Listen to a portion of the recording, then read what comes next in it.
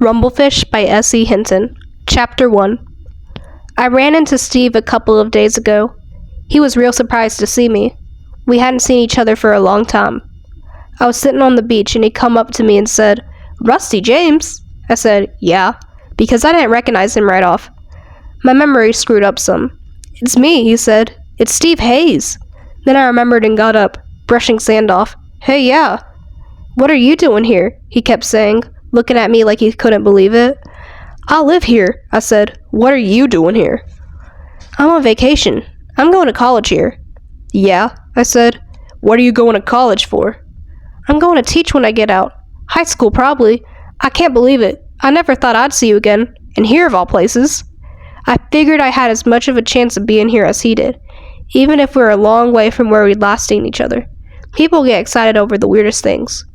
I wondered why I wasn't glad to see him. "You're going to be a teacher, huh?" I said. It figured. He was always reading and stuff. "What do you do here?" he asked. "Nothing. Bum around," I answered. Bumming around is a real popular profession here. You could paint, write, barkeep, or bum around.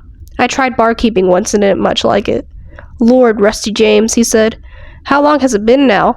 I thought for a minute and said, 5 or 6 years. Math ain't never been my strong point. "How did you get here?" He just couldn't seem to get over it. "Me and a friend of mine, Alex, a guy I met in the reformatory, we just started knocking around after we got out. We've been here a while." No kidding, Steve hadn't changed much. He looked about the same, except for the mustache that made him look like a little kid going to a Halloween party. But a lot of people are growing mustaches these days. I never went in them for myself. "How long were you in there for?" he asked. "I never found out. We moved, right after 5 years," I said. I can't remember much about it. Like I said, my memory screwed up some. If somebody says something to remind me, I can remember things. But if I'm left alone, I don't seem to be able to.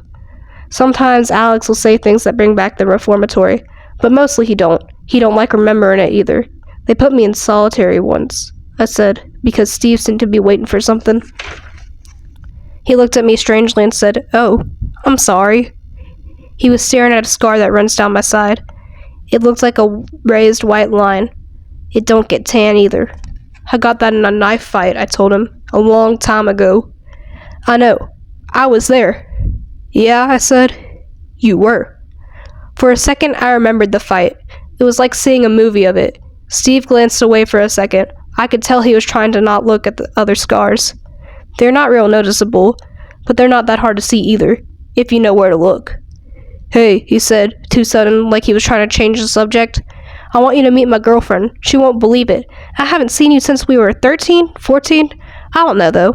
He gave me a look that was like half kitten and half serious. "You leave other guys' chicks alone?" "Yeah," I said. "I got a girl.